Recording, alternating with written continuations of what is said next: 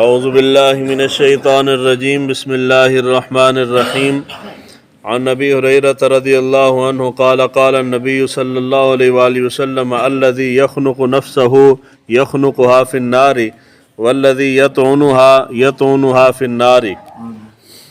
حضرت ابو ہریرہ رضی اللہ تعالیٰ عنہ روایت کرتے ہیں، حضور صلی اللہ علیہ وآلہ وسلم نے ارشاد فرمایا، جس شخص نے اپنے آپ کو گلا گھونٹ کے قتل کیا یعنی خودکشی کی تو جہنم کے اندر اس کو یہی عذاب دیا جاتا رہے گا، اور جس نے اپنے آپ کو تلوار کے ساتھ یا تیر کے ساتھ قتل کیا تو جہنم میں اس کو اسی چیز کے ساتھ عذاب دیا جاتا رہے گا۔ کل والی حدیث مبارکہ کے اندر بھی یہی چیز تھی۔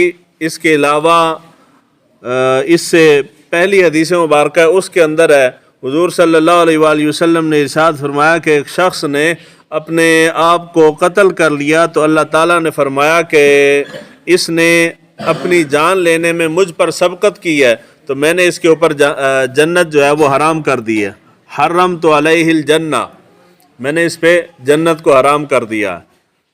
اس کے علاوہ بہت ساری حدیث مبارکہ خودکشی کے متعلق ہیں کہ جس بندے نے خودکشی کی اس کو جہنم کے اندر اسی چیز کے ساتھ عذاب دیا جاتا رہے گا جس چیز کے ساتھ اس نے خودکشی کی تھی۔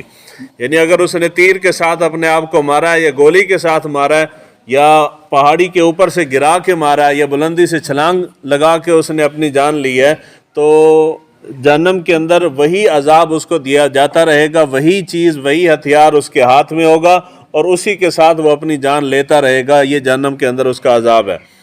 اور بہت ساری حدیث مبارکہ کے اندر اس چیز کا بیان ہے کہ خودکشی کرنے والا جو ہے اس کے اوپر جنت حرام ہے، یعنی وہ ہمیشہ جہنم میں رہے گا۔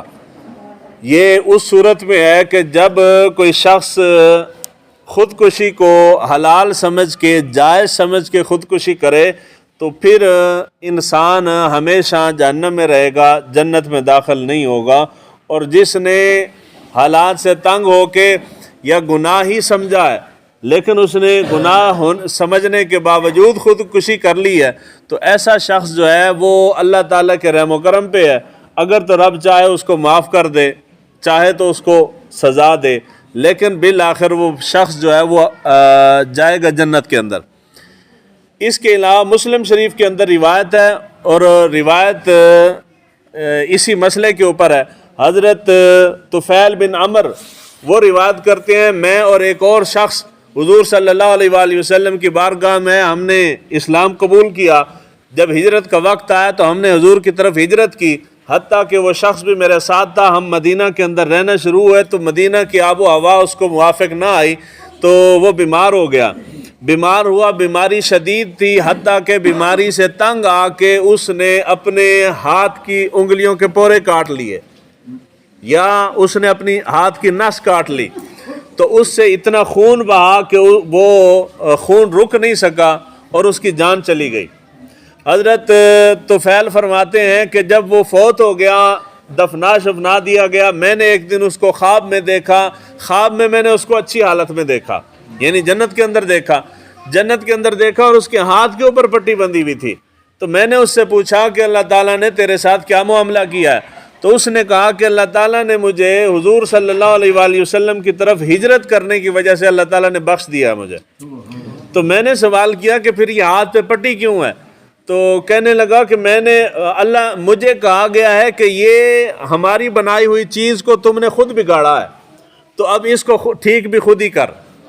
حضرت طفیل صبح بیدار ہوئے تو کہتے ہیں میں نے جا کے حضور صلی اللہ علیہ وآلہ وسلم سے یہ خواب بیان کیا کہ میں نے رات خواب میں یہ دیکھا ہے۔ تو حضور صلی اللہ علیہ وآلہ وسلم نے اس شخص کی مغفرت کے لیے دعا کی۔ آپ نے فرمایا باری تعالیٰ اس کے ہاتھ کو بھی معاف فرما دے، یعنی باقی اللہ تعالیٰ نے اس کو معاف کر دیا ہے مگر اللہ تعالیٰ کی تخلیق کردہ چیز کے اندر جو اس نے بگاڑ پیدا کیا ہے اس کو رب نے معاف نہیں کیا۔ یہ جو ہم کہتے ہیں نا اے گل ہن ذرا سمجھنے والی ہے جے تسی سمجھ جاؤ تے اللہ تعالیٰ نے انسان کو، مرد کو ایک نیچرل صورت میں پیدا کیا ہے۔ جس طرح مرغا ہے نا جی، مرغی اور مرغے کی شکل میں فرق ہے نا جی، فرق مذکر اور مؤنث کوئی بھی جانور ہے ان کی جسمانی حیت کے اندر فرق ہے، بناوٹ میں فرق ہے۔ اگر آپ مرغے کو پکڑ کے اس کی کلغی وغیرہ اور دم وغیرہ بالکل مرغی جیسی کر دیں تو ککڑ سونا لگے گا؟ نہیں نہ سونا لگنا۔ اسی طرح اگر آپ شیر کو پکڑ کے اس کے بال سال گردن والے کاٹ کے اس کو شیرنی جیسا کر دیں تو شیر تے آپ شرمندہ ہو جائے گا کہ میں کی بنے پھرنا۔ اللہ تعالیٰ نے مرد کو خوبصورتی زینت دی ہے، اور یہ اتنا بڑا احسان ہے کہ اللہ تعالیٰ نے تمام انبیاء کرام کی سنت ہمیں عطا کی ہے۔ وہ سنت کی ہے داڑھی مبارک کی ہے جی، پیار نہ لاکھو کی ہے داڑھی مبارک، داڑھی منڈوانا، کلین شیو کرا دینا، یہ اپنے جسم کو اپنے آپ کو مصلح کرنا ہے، اللہ تعالیٰ کی بنائی ہوئی چیز کے اندر بگاڑ پیدا کرنا ہے۔ جو اللہ تعالیٰ کی بنائی ہوئی چیز کے اندر بگاڑ پیدا کرتا ہے، یہ ابھی جو روایت میں نے سنائی ہے، اللہ تعالیٰ نے معاف کر دیا ہے، مگر وہ جو بگاڑ پیدا کیا تھا اللہ تعالیٰ نے وہ معاف نہیں کیا۔ اے یہ ہاتھ تو آپ کٹے سنے تو ٹھیک نہیں ہونے، وہاں میں بھی وہی تکلیف ہے۔ تو اس لیے اس چیز سے بچیں۔ یہ جو کہتے ہیں نا، مسئلہ بیان کرتے ہیں کہ جسم کے اوپر ٹیٹو بنانا، جسم دے تے نام وغیرہ لکھا لیندے نے، این لکھا ہوا ہے جی، ایس لکھا ہوا ہے جی، اے لکھا ہوا ہے۔ یہ چیزیں حرام ہیں۔ کیوں حرام ہے؟ اس لیے کہ اللہ تعالیٰ نے آپ کو صاف جسم، صاف جلد عطا کی ہے، اس کے اوپر جان بوجھ کے اس کے اندر عیب پیدا کرنا یہ شرعاً جائز نہیں ہے، یہ جسم کو بگاڑنے کے مترادف ہے۔ تو اللہ تعالیٰ نے جو چیز جس طرح تخلیق کی ہے اس کو اسی طرح رکھا جائے گا، اس کے اندر تبدیلی کرنا یہ گناہ ہے۔ تو اللہ تعالیٰ نے ہمیں زندگی دی ہے، اس زندگی کو لے لینا اللہ تعالیٰ کی مرضی کے خلاف یہ حرام ہے، یہ گناہ کبیرہ میں سے ہے۔ تو جو حدیث مبارکہ میں نے بیان کی، اہل سنت کا بہت بڑا قاعدہ اس سے ثابت ہوتا ہے۔ اہل سنت کا قاعدہ عقیدہ یہ ہے کہ انسان کلمہ پڑھنے کے بعد کتنا ہی بڑا گناہ گار کیوں نہ ہو، کتنے ہی گناہ کیوں نہ کر لے، جب وہ مر جائے گا تو وہ کافر نہیں ہے، گناہ کرنے سے کافر نہیں ہوتا۔ جب مر جائے گا تو گناہوں کی سزا بھگت کے بالآخر جنت میں جائے گا۔ یہ ہے جو حضور نے احادیث مبارکہ میں فرمایا کہ جنت اس پہ حرام کر دی گئی ہے، وہ اس شخص کے لیے جو گناہ کو گناہ نہ سمجھے بلکہ جائز سمجھ لے، حلال سمجھ لے۔ جس طرح کہ نماز نہ پڑھنے والا گناہ گار ہے، اور اگر کوئی نماز کو سرے سے ہی نماز کا انکار کر دے کہ جی نماز پڑھنے یا نہ پڑھنے سے کچھ نہیں ہوتا، تو پھر بندہ کافر ہو جاتا ہے۔ مسئلہ سمجھ آیا جی؟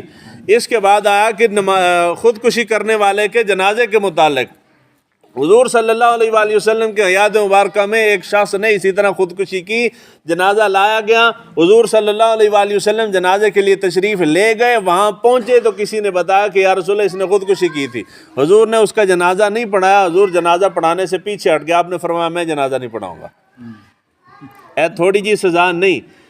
اس زمانے میں اگر کوئی بندہ خودکشی کرتا ہے، خودکشی حرام فعل ہے، مگر خودکشی کرنے والے کا جنازہ پڑھا جائے گا، لیکن احتیاط یہ ہے کہ جو مستند علماء ہیں وہ جنازے نہ پڑھائیں۔ خودکشی کرنے والے کا جنازہ علماء نہ پڑھان، کوئی عام بندہ چھڑا جس نو جنازہ آندا وہ پڑھا دیا کرے، یہ ہے مسئلہ۔ تو جنازہ اس کا پڑھا جائے گا جس عام بندوں کا پڑھا جاتا ہے۔ اللہ تعالیٰ ہمیں دین کو سیکھنے سمجھنے کی توفیق عطا